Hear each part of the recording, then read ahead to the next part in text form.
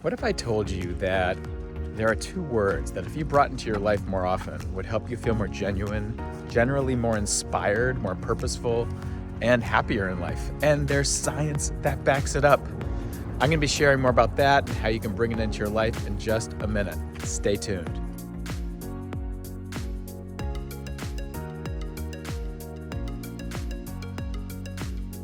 If you're new here, then my name is Dr. Elisha Goldstein. I'm a clinical psychologist. I am the author of numerous books and creator of a mental health accelerator program called Uncover the Power Within.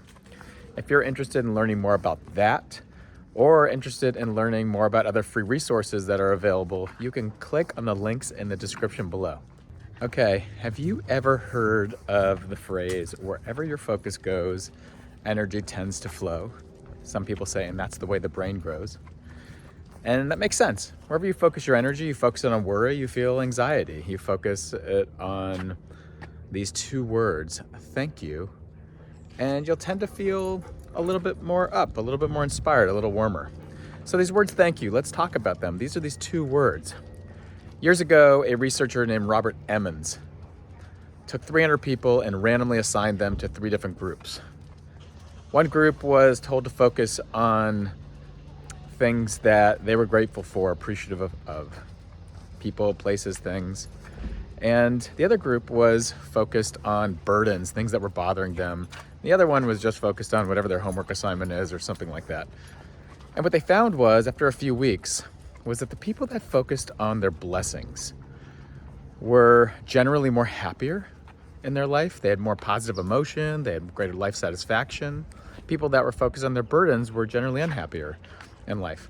And the control group, which was the neutral group, they just didn't see a whole lot of movement. So, well, what did we learn here? We learned that statement, wherever your focus goes, we invite an energy to flow, has a lot of validity to it.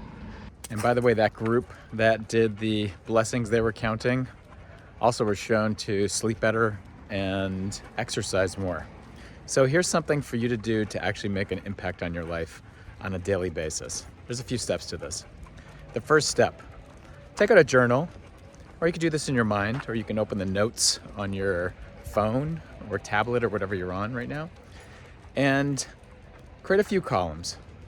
On those columns, write persons, places, and things. On the top of it, write gratitude or appreciation.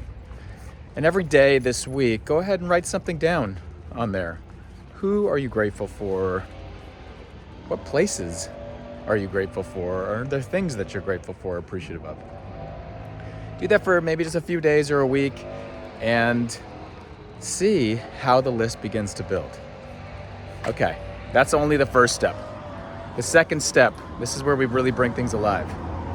The second step is now you're going to actively thank the people who you are grateful for. You're going to reach out and text or message or chat or write a letter or see them in person and express what it is about them that you're actually grateful for. So step 2 is the active expression of the gratitude. Step 1 is just the recognition of it. Now, you can actually do this with a thing and a place too if you want to. You can hold that thing and whatever it is, maybe it's a particular pot that you love or cup that you drink tea or coffee in, or maybe it's a rug or a couch or a piece of clothing.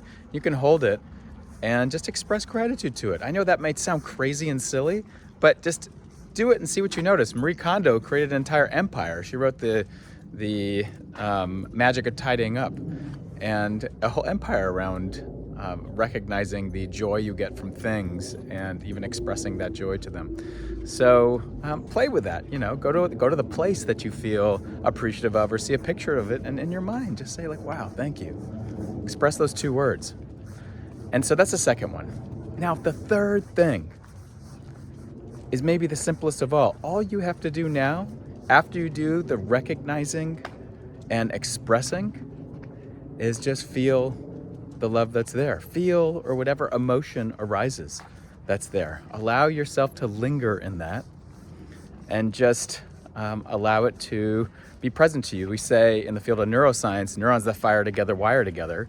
All we're doing here is allowing ourselves to be in this a little bit and allowing our body to feel it so that it sinks in a little bit, installs a little bit more. So, okay, let's wrap up here. What did we talk about today? We talked about this idea that life is routine, and routine is a resistance to an inspired life.